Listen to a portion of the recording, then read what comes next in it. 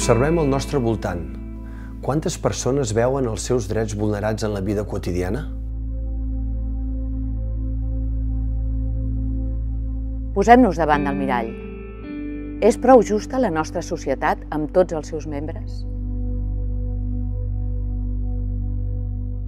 Mirem-nos als ulls i escoltem-nos. Els nostres drets són els drets dels altres. Reivindiquem la vigència dels drets humans, al barri, a l'escola, a la feina. Els drets són cosa de tots i el nostre deure és reivindicar-los. Què passa amb les persones que s'organitzen contra les injustícies i són represaliades? I les que no tenen accés a un habitatge digne? Els drets humans són cosa de tots. Són prou inclusius els pobles i ciutats on habitem? Estan organitzats de forma harmònica i sostenible? Tenim dret a la defensa del nostre territori, del nostre entorn. Quants de nosaltres ens hem plantejat que tenim el dret a expressar-nos lliurement, a accedir a totes les manifestacions culturals i a participar en els afers públics? Fem nostres els nostres drets.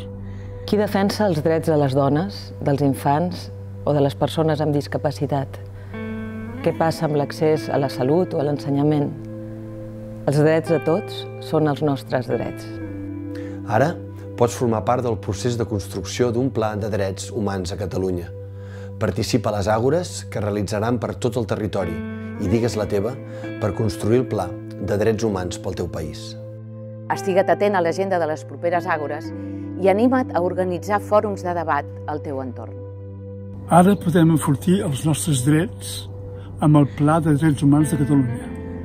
Participa amb el web i les xarxes socials i contribueix a millorar-lo. Ara pots formar part del procés de construcció d'un pla de drets humans a Catalunya. Els drets humans són de tots i de totes.